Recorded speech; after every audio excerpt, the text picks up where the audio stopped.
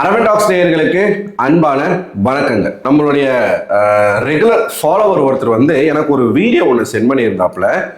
என்ன வீடியோ அப்படின்னு பார்த்தீங்கன்னா, வேற யாரு, நம்ம தர்பீஸ் பழத்தினுடைய ஒரு வீடியோ தான். ஒரு மாசத்துக்கு முன்னாடி ஏதோ ஒரு சேனல்ல அவன் ஒரு இன்டர்வியூ கொடுத்துருக்கான். அதாவது பிக் பாஸ் முடிஞ்சு கிட்டத்தட்ட 2 மாசம் ஆக போகுது. இந்த இடைப்பட்ட ஒரு கேப்லையும் மறுபடியும் இந்த தருதலையை வச்சு சில சேனல்ஸ் வீடியோ எடுத்துக்கிட்டு இருக்காங்க அப்படிங்கிறத நம்மளால பார்க்க முடியுது. சரி, ஆஸ் யூஷுவல் ஒரு வீடியோ தானே, இதுல நம்ம பார்க்கறதுக்கு என்ன இருக்கு? ஏன்னா நம்ம சேனல்ல ஃபாலோ பண்றவங்களுக்கு தெரியும், பிக் பாஸ் முடிஞ்சிருச்சு அப்படின்னா நம்ம பிக் பாஸை ஃபாலோ பண்றது கிடையாது, திரும்பவும் அதை பத்தி பேசுறது கிடையாது. சரி, அப்படி நான் அந்த வீடியோவை ஸ்கிப் பண்ணிடலாம் அப்படின்னு சொல்லிட்டு நான் ஸ்கிப் பண்ணிட்டேன்.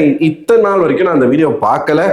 இந்த வீடியோ ஒரு கண்டென்ட்டா பேசணுன்ற ஐடியாவே எனக்கு இல்லை. ஆனா அந்த நண்பர் மறுபடியும் என்ன சொன்னார் அப்படின்னா, அந்த வீடியோ நீங்க பாத்தீங்களா, அதை ஒரு முறை பாருங்க, பார்த்தீங்கன்னா தான் உங்களுக்கு தெரியும் அவன் இன்னும் திருந்தலாமா அப்படிங்கிற மாதிரி, இன்னமும் அவன் என்ன மைண்ட் செட்ல இருக்கான் அப்படிங்கிறத கொஞ்சம் பாருங்க அப்படின்னு சொன்னாப்புல. சரி, அப்படி என்னதான் பேசியிருக்கான் அப்படின்னு பார்த்தா, ஆஸ் யூஷுவல் இந்த தருதலை, இந்த தற்கூரி, இந்த தடிமாட்டு பையன் தன்னை எப்படி, நான் விஜய் அவர்களையும், தளபதி விஜய் அவர்களையும் இந்த தர்பீஸ் பழத்தையும் ஒன்னா தான் பார்க்குறேன்.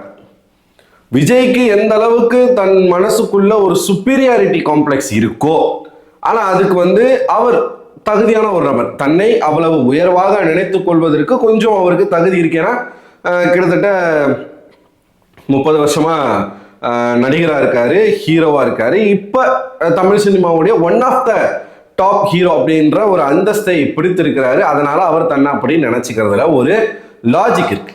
ஆனா இவன் ஆஃப்டர் ஆல் ஒரு சனத்தவலை, ரோட்ல அடிபட்டு கிடந்தா கூட ஏன்னு கேட்க நாதி இல்லாத ஒரு பன்னிப்பைய இன்னமும் தன்னை என்னவா நினைச்சுக்கிட்டு இருக்கான் அப்படின்னா, தான் தான் தமிழ் சினிமா உலகத்தினுடைய அடுத்த சூப்பர் ஸ்டாரு, தமிழ் சினிமாவினுடைய தவிர்க்க முடியாத கதாநாயகன் நான் தான், எனக்கு போட்டி யாருமே கிடையாது அப்படிங்கிற ஒரு ஸ்டாண்ட்ல தான் இன்னமும் பேசிக்கிட்டு இருக்கான். அந்த வீடியோல உச்சகட்டமா இன்னும் பல விஷயங்கள் பேசியிருக்கான். அதை பத்தி தான் இந்த வீடியோல நம்ம பார்க்க போறோம். முதல்ல அவன் என்னெல்லாம் பேசியிருக்கான் அப்படிங்கறத நீங்களும் கொஞ்சம் பாருங்க. அலை வர்றப்பலாம் நாங்க ரொம்ப சின்ன பசங்கடா, 10th தான்டா படிச்சோம். இன்னும் அவங்க சிங்கிளா இருக்காங்க, வாய்ப்பு இருக்கான்னு பாக்குறீங்களா? ரொம்ப சீனியர் இல்லையா? சோ வேணாமா, ஒரு 10 வருஷத்துக்கு சின்ன பொண்ணு மேரேஜ் பண்ணாதான் நல்லா இருக்கும். எல்லாம் கொடுத்த கடவுள் என்ன பொண்ணு அமைக்கல. நம்ம ஆதார் கார்டு இதில் பாருங்க, ஏஜெல்லாம் நிறைய கிளப்பிடுறானுங்க. 10 வருஷத்துக்கு கூட போட்டு என்னோட டேட் ஆஃப் பர்த் 88டா.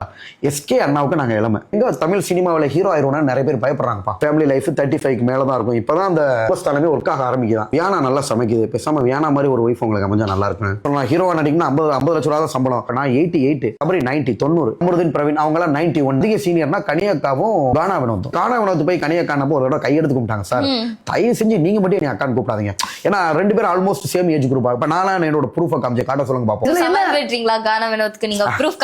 இதே கானா வினோத் ஃபர்ஸ்ட் வீக் நாமினேட் பண்றப்ப எனக்கு ரசிகர்கள்லாம் இல்ல, என்னை நாமினேட் பண்ணா நான் வெளியில போயிருவேன், என் பிள்ளைக்குட்டியை படிக்க வைக்கணும் கையெடுத்து கும்பிட்டாங்க. என் மேல நெகட்டிவிட்டியை திணிக்கிறதுக்கு கானா வினோத் நிறைய ட்ரை பண்ண, அப்படி முடியல. பொய், ஃப்ராடு, ஃபேக் எங்கேயுமே ஜெயிச்சதா எனக்கு இது கிடையாது. நெல்லுக்கு பாயிரப்ப புல்லுக்கும் பாயின்னு சொல்லுவாங்களா, அந்த மாதிரி வந்ததான் கானா வினோத். எதுக்கு தேவையில்லாத வேலை. நீங்க திவ்யா கிட்ட பேசுனீங்களா வெளில வந்துட்டு கால்ல? என் நம்பர் தெரியாது, எனக்கு நம்பர் யார் நம்பர் என்கிட்ட இல்லப்பா. இன்னும் காசுல எவ்வளவு கிடைச்சது, அதை வச்சு என்னென்ன பண்ணிருக்கீங்க? என்னோட லோன்ஸ் எல்லாம் அடைக்கணும், இஎம்ஐல இருந்து எஸ்கேப் ஆகணும் அப்படின்னு பிளான் பண்ணிருக்கேன். உங்களுக்கு கடன்லாம் இருக்கா? ஏன்டா இருக்காதா, இடம் வாங்கியிருக்கோம், வீடு. நீங்க அப்பத்துல இருந்தே ஃபேமஸ்ல, சோ அதனாலதான். ஆரம்பத்துல கம்மி சம்பளம் இருக்கும்பா மீனாட்சி மிஷன் ஹாஸ்பிட்டல். அப்ப எவ்வளவு கிடைக்கும் உங்களுக்கு? எவ்வளவு சம்பாரிச்சணும் அவ்வளவு தலைவலி இருக்கு. வெளியில எல்லாரும் வெளில போறது, நம்ம அரோரா அவங்க எல்லாம் போஸ்ட் போடுறதெல்லாம் பார்த்தோம். ஏன் நீங்க அதுல எதுலயுமே இல்ல? மோஸ்டா கூப்பிட்டாங்களா? வாட்டர்மெலன் ஸ்டார் இவருடன் காதலா, அப்படி இப்ப 2 பேரும் பிடிச்சதாப்பா ஜாலியா பேசிக்கிட்டோம். பேசுறீங்களா திவ்யா அவங்க கூட? இப்ப வெளியில வந்து இப்ப என்ன, நான் திவ்யா கூட்டிட்டு வெளியில போகணும். அப்போ நம்மளுக்குன்னு ஒரு பொண்ணு கிடைக்காம போகுது. பழைய பிக் பாஸ்ல ஒரு பொண்ணு பிடிக்கும், ஆனா அந்த பொண்ணு கல்யாணம் ஆயிடுச்சு. இப்ப சொன்னாங்க அதையும் அப்புறம் போட்டு பெருசாக்கி சொல்லுங்க. வாய் விடுறதுக்கு எனக்கு பயமா இருக்கு. சமைக்கிறது மட்டும் என்ன, இந்த மாதிரி அழகான பண்றா துணி கூட துவச்சு போடலாம். அதனால ஒண்ணும் இல்லை. எந்த ஹீரோனோட போடணும்னு உங்களுக்கு ஆசை? ரீல்ஸ் என்ன நினைப்பாங்க தெரியுமா, இன்னும் நம்மளே நினைச்சிட்டு இருக்காரு அப்படின்னு நினைச்சா உங்களுக்கு கண்டென்ட்டே கிடைக்காது. கிட்டத்தட்ட 10 மாசமா என்னைய பத்தியே பேசி ஓட்டிடுவாங்க. வேணாமா போயிருக்கு பாதி எக்ஸ்பிளனேஷன் வேணாம். வயசு பத்தி அச்சோ அது எதுவுமே வேணாம் பண்ண. அந்த வீடியோ முழுக்க அவன் தன்னுடைய சுய அரிப்பை தான் பேசியிருக்கான். அதாவது இவனுக்கு த்ரிஷா மாதிரி ஒரு பொண்டாட்டி வேணுமாங்க. எது, இந்த மொகரக்கட்டைக்கு த்ரிஷா மாதிரி ஒரு பொண்டாட்டி வேணுமா? ஆசைப்படலாம், ஆசைப்படுறதுல தப்பு இல்லை. ஆனா த்ரிஷாவுக்கே நீ ஆசைப்பட்டினா உன்னை எதால் அடிக்கிறது? இப்ப த்ரிஷா தளபதி பின்னாடி போயிட்டாங்க, அது வேற கதை. வருங்கால முதலமைச்சர் ஆயிடுவாங்கன்னு நினைக்கிறேன். அது வேற கதை, வேற டாபிக். நாளைக்கே த்ரிஷா வந்து முதலமைச்சர் ஆயிட்டாங்க அப்படின்னா முதல்ல யாரை ஜெயிலில் தூக்கி போட்டு கருணை கொலை பண்ணணும்னா இவனை தான் பண்ணணும். ஏன்னா இவன் மனசுக்குள்ள ரொம்ப ஆழமா போய் நீ வந்து ஒரு கவர்ச்சி நடிகனு, அடுத்த சிவாஜி கணேசன், இவனை பார்த்து எவனோ சொல்லியிருக்கான் நீங்க பார்க்கறதுக்கு சிவாஜி கணேசன் மாதிரியே இருக்கீங்க, சொன்னவனுக்கு கண் இல்லையா இல்லை இந்த கம்முநாட்டிக்கு தான் கண் இல்லையா அப்படிங்கிற தெரியாத அளவுக்கு யார் என்ன சொன்னாலும் நம்பிடுவியாடா? ஏன்னா தடிமாட்டு பயில, நான் தற்குறி பயில, வாய திறந்தாலே பொய், வாய திறந்தாலே போய் தற்பெருமையை தவிர சாதி பெருமையை தவிர இவங்கிட்ட என்ன இருக்கு அப்படின்னு பார்த்தீங்கன்னா ஒரு மயிரும் கிடையாது. எதுக்கு இவ்வளோ ஆவேசமா நம்ம பேசுறோம்? பிக் பாஸ்ல தான் எப்பயுமே நம்ம இந்த மாதிரி பேசுவோம். எதுக்கு இப்பயும் இந்த மாதிரி பேசுறோம் அப்படின்னா இது வன்மம் கிடையாது. இன்னமும் கல நிலவரத்தை உணராம அவன் இன்னமும் தன்னை அப்படியே நினைச்சு பேசிக்கிட்டு இருக்கிறத தன்னை நீ உன்னை உயர்வா நினைச்சிக்கப்பா, தப்பு கிடையாது. நான் பெரிய ஆள் அப்படின்னு நினைச்சுக்கிறது தப்பு கிடையாது. என்னை விட ஒருத்தனும் பெரிய ஆள் கிடையாது, எல்லாரை விடவும் நான் தான் சிறந்தவன் அப்படின்னு நீ நினைக்கிற பத்தியா, அது ரொம்ப ரொம்ப ரொம்ப ரொம்ப தப்பு. இவன் அந்த வீடியோ முழுக்க என்னெல்லாம் பேசியிருக்கான் அப்படின்னா, அந்த பொண்ணு சரி இவனுக்கு தான் அறிவு இல்லை, அந்த பொண்ணுக்காச்சும் அறிவு இருக்குதா, இவன்கிட்டலாம் இந்த மாதிரியான கேள்விகளை கேட்கலாமா அப்படிங்கிற ஒரு பேசிக் நாலேஜ் கூட இல்லாம for the sake of views, அந்த வியூஸ் அறிவுக்காக அந்த பொண்ணும் இவனை ஒரு ஆளா மதிச்சு இவனை சேனலுக்கு கூப்பிட்டு அவன் இதுக்கு முன்னாடி 5000 ரூபாய் கேட்டிருப்பானா, இப்போ 10,000 ரூபாய் கேட்பான். ஏன்னா பிக் பாஸ் அப்படிங்கிற ஒரு அடையாளம் அவனுக்கு வந்துருச்சு, தப்பியோ தெரிஞ்சோ தெரியாம வந்துருச்சு. இவனுக்கு காசை கொடுத்து உங்க சேனல்ல ஒரு இன்டர்வியூ கூப்பிட்டு அவன்கிட்ட என்ன கேள்வி கேட்குறீங்க? த்ரிஷா மாதிரி ஒரு பொண்டாட்டி வேணும்னு இவன் என்னைக்கோ சொல்லியிருக்கானா, த்ரிஷாவையே நீங்க ஏன் கரெக்ட் பண்ணக்கூடாதுன்னு அந்த பொண்ணு கேட்குது. சரி அந்த பொண்ணு தான் ஏதோ கேட்குது, நம்ம என்ன சொல்லணும்? ஏங்க அவங்க ரேஞ்ச் என்ன, என் ரேஞ்ச் என்னங்க, நான் போய் இந்த மாதிரி பொண்ணுக்கெல்லாம் ஆசைப்படலாமா? என்னங்க நீங்க வந்து முயலுக்கும் கழுகுக்கும் போய் முடிச்சு போடுறீங்க, இப்படி இல்லை சொல்லணும். உனக்கு மனசாட்சின்னு ஒன்று இருந்தா, உண்மையாவே கண்ணாடியில நீ உன் முகத்தை பார்க்குற அப்படின்னா உனக்குள்ள கொஞ்சமாச்சும் எங்கேயாச்சும் உண்மையும் நேர்மையும் இருந்தா நீ இதைத்தானே சொல்லியிருக்கணும். ஆனா இந்த நாய் என்ன சொல்றான், என்னங்க அவங்க எவ்வளவு சீனியரு, அவங்க என்னை விட எவ்வளவு சீனியர், என்னை விட வயசுல எவ்வளவு மூத்தவங்க தெரியுமா? த்ரிஷாவுக்கு 41 வயசு, இந்த நாய்க்கு 37 வயசு, அதாவது 1988 பிறந்திருக்கான். ஆதார் கார்டே காட்டுறான். த்ரிஷா வந்து இவனை விட 4 வயது பெரியவங்க, இருந்தாலும் 4 வயது சின்னவங்களா இருந்தா கூட இவன் த்ரிஷா பேரை யூஸ் பண்றதுக்கு கூட தகுதி கிடையாது, செருப்பை கழட்டி அடிக்கணும். ஆனா இவன் என்ன சொல்றான் அப்படின்னா அவங்க எவ்வளவு சீனியர் தெரியுமா? அலை படம் வரும்போது, அலைன்னு த்ரிஷா வந்து ஒரு படம் நடிச்சிருக்காங்க சிலம்பரசன் கூட, அந்த படம் வரும்போதுலாம் நான் 10th ஸ்டாண்டர்ட் படிச்சுக்கிட்டு இருக்கேன் அப்படின்னு சொல்லி, அதாவது வயசு அதிகமா இருக்காமா, அதனால த்ரிஷா வேணாமாமா. இவர் ரிஜெக்ட் பண்றாங்க, இவர் ரிஜெக்ட் பண்றாங்க. ஏன்டா டேய் நீ ரிஜெக்ட் பண்ற இடத்துல இருக்கியாடா, எப்படிடா உனக்கு அந்த வாய் வருது? இப்ப த்ரிஷா உன்னை கட்டிக்கிறேன்னு சொன்னாங்களா? நீ த்ரிஷா முன்னாடி போனா உன்னை ஒரு ஹேரா மதிப்பாங்களா? இவர் ரிஜெக்ட் பண்றாராமா, இல்லை அவங்க என்னை விட சீனியர், அதனால வந்து எனக்கு வேணாம். அலை மூவி வரும்போதே நான் வந்து 10வது படிக்கிறேன். எவ்வளவு கொழுப்பு இருக்கணும், எவ்வளவு நெஞ்சலுத்தம் இருக்கணும் உனக்கு த்ரிஷா கேக்குதா? நம்ம யாரையும் வந்து உருவகேலி பண்ணக்கூடாது, யாரையும் வந்து நம்ம குறைச்சி மதிப்பிடக்கூடாதுன்றதெல்லாம் சரிதான். ஆனா இவனுக்கு அது பொருந்தாதுங்க, இந்த சனத்தவளைக்கு அது பொருந்தவே பொருந்தாது. ஏன்னா இவன் என்ன சொல்றான், இவனை விட 10 வயசு சின்ன பொண்ணா வேணுமா இவனுக்கு கல்யாணம் பண்றதுக்கு, இவரை விட 10 வயசு சின்ன பொண்ணு வேணுமா? எப்படிங்க சார், எப்படிங்க சார்? எனக்கு இவன் ஆதார் கார்டு மேலேயே டவுட்டா இருக்கு, ஆதார் கார்டு மேலேயே டவுட்டா இருக்கு.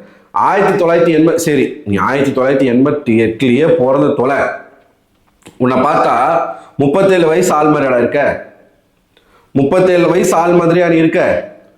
இப்போ அவன் இப்ப என்னையும் அவனையும் நிக்க வச்சு நீங்க பாத்தீங்கன்னா கூட என்ன வந்து அவனை விட வயதுல பெரியவன் தான் சொல்லுவான் அவன்.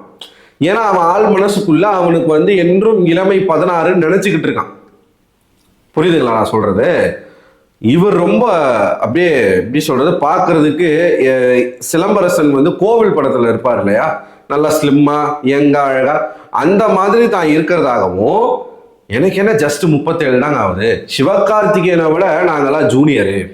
எப்படி சிவகார்த்திகேயனை விட நான், சிவகார்த்திகேயன் எங்கடா இருக்காரு, நீ எங்கடா இருக்க, இவன் கம்பேர் பண்றதெல்லாம் பாருங்களேன், தளபதி விஜயோட கம்பேர் பண்றது, எம்ஜிஆர் அவர்களோட கம்பேர் பண்றது, சிவாஜி கணேசனோட கம்பேர் பண்றது, சூர்யா அவர்களோட கம்பேர் பண்றது, அஜித்தோட கம்பேர் பண்றது, இன்னைக்கு சிவகார்த்திகேயன் த்ரிஷாவை இந்த நாய் ரிஜெக்ட் பண்றான். இதை பார்த்த பிறகு எனக்கு வந்து வாய் சும்மா இல்லைங்க, வாய் சும்மா இல்லை. ஏண்டா இவன் மேல என்ன மாதிரியான வழக்குகள் இருக்கு, 2 பொண்டாட்டி கட்டி 2 பொண்டாட்டி ஏமாத்தி 3ஆவதா ஒரு கல்யாணத்துக்கு திட்டமிட்டு தன்னுடைய பிசியோதெரபிக்கு வந்து தான் தாத்தாவை கூட்டிட்டு வந்த ஒரு பெண்ணிடம் தவறாக நடந்துக்கிட்டு பாலியல் ரீதியா அந்த பொண்ணுக்கு வந்து டார்ச்சர் பண்ணி அந்த பொண்ணு கம்ப்ளைண்ட் கொடுத்து இவன் ஸ்டேஷனுக்கு போய் இவ்வளோ தில்லால, சரி நீ தான் அவ்வளோ பெரிய மன்மத குஞ்சு தானே, ஏன் இது வரைக்கும் ஒரு பொண்ணு கூட உன்னை கட்டிக்கிறேன்னு வரல, அது அந்த பொண்ணு கேட்குது.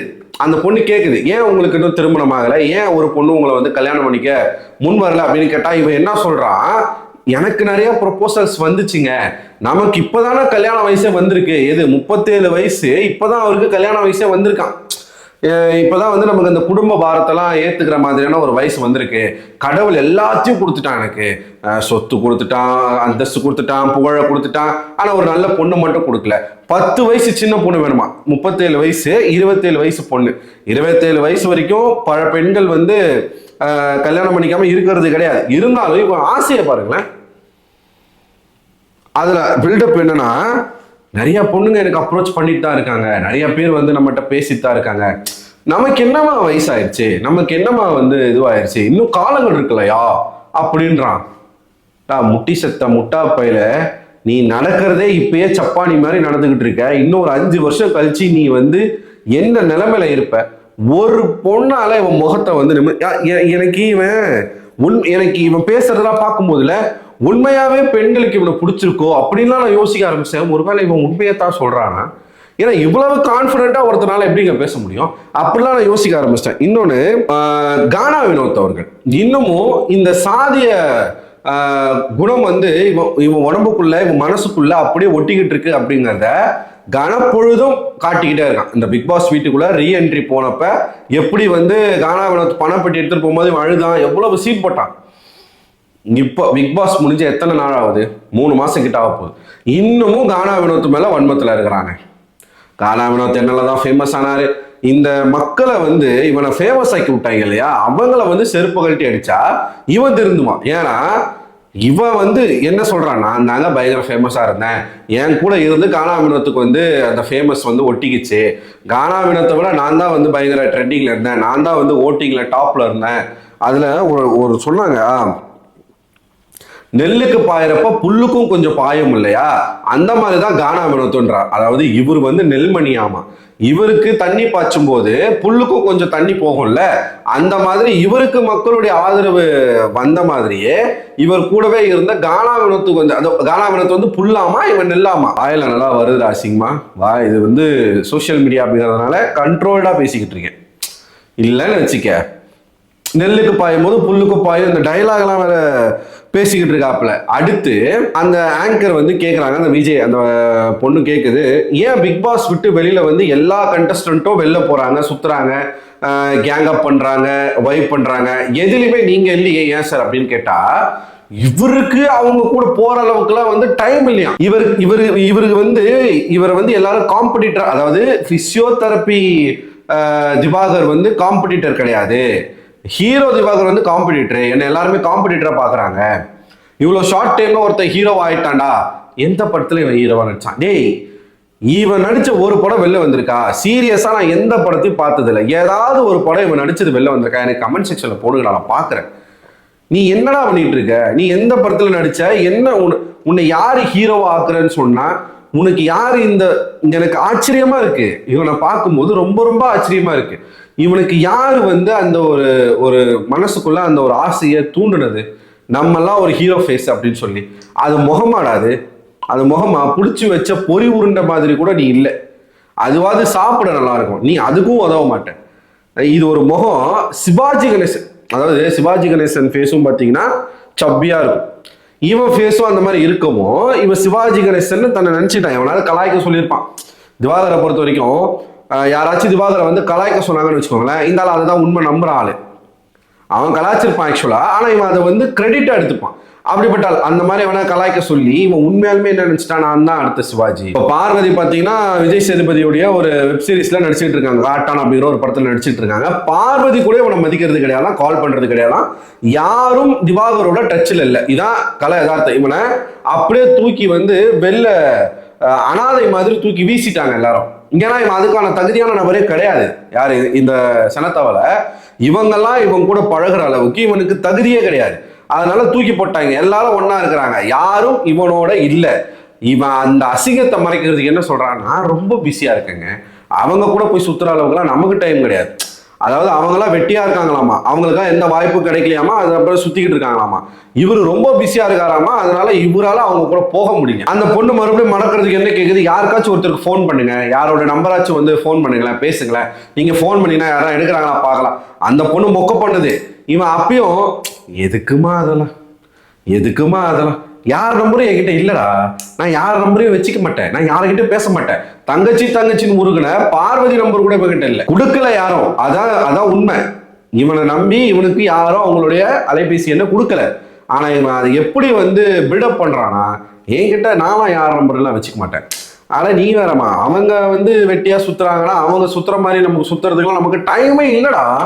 24 மணி நேரத்துல 4 மணி நேரம் பத்தாம அடுத்த நாள்ல நான் கடன் வாங்கி வாழ்ந்துகிட்டு இருக்கேன், அப்படி ஓடிக்கிட்டு இருக்கேன் நானு. நீ என்னன்னா இந்த பிள்ளைக்கா பசங்களோட சுத்த மாட்டீங்கன்னு கேட்கிற அப்படின்ற மாதிரி பேசுறாங்க. இவனை என்ன பண்ணலாம், இவன் 90s கிட்டுன்ட்டாங்க. அதாவது இவர் வந்து லவ்வர் பாய் கிடையாதா, இவர் வந்து ஜாலி பாயாமா. இந்த கல்லூரி படிக்கும் போது, ஸ்கூல் படிக்கும் போதெல்லாம் உங்களுக்கு வந்து ஏதாச்சும் லவ் இருக்கா அப்படின்னு அந்த பொண்ணு கேட்குது. நமக்கு வந்து லவ்லாம் வந்து நமக்கு செட் ஆகாது. லவ்வுக்கும் எனக்கு வந்து அந்த லவ் எப்படி, அதாவது என்கிட்ட ஏதாச்சும் பொண்ணு வந்தா கூட நான் அவாய்ட் பண்ணிடுவேன், ஏன்னா எனக்கு வந்து அது செட் ஆகாது. நான் ஒரு ஜாலியான ஒரு டைப்புமா.